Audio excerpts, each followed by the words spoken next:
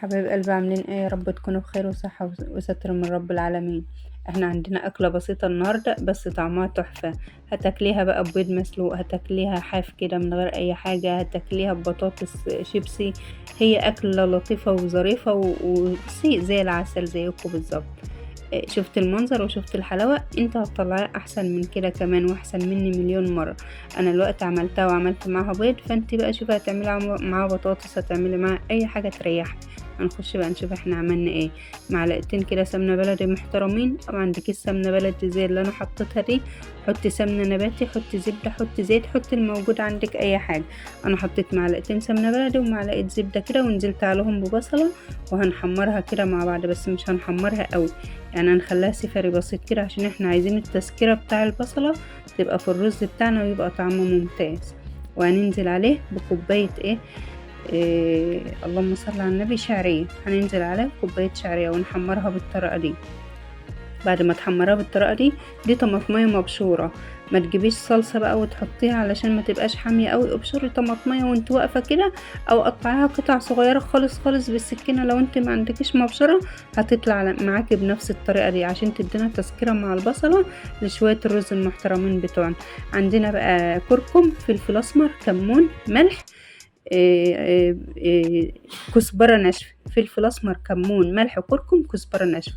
احناش عايزين اي توابل اكتر من كده. وديت كوباية عدس وكوبايتين رز.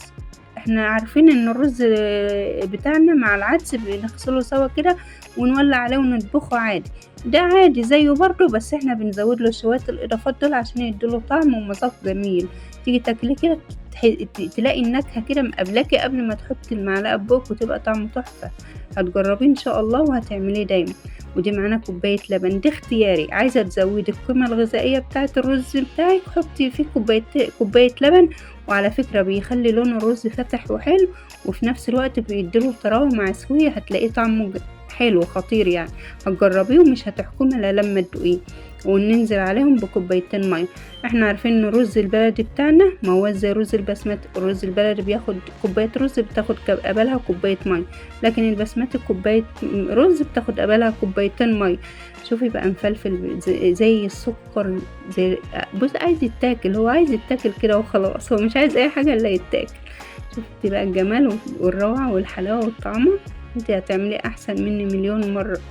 هتحب تقدمي معاه بيض زي ما انا قدمته كده، هتقدمي معاه اي حاجه، هتاكليه لوحده كده من غير اي حاجه. هي البصله والطماطميه عامله له تسكيره، وكل الاضافات اللي احنا حطيناها ومعلقه الزبده هتخليه طعمه ممتاز. يلا قومي وجربيها، ووصفه لطيفه وظريفه وخفيفه، واعملي اي حاجه لعيالك هتبقى حلوه من بين ايديك ان شاء الله.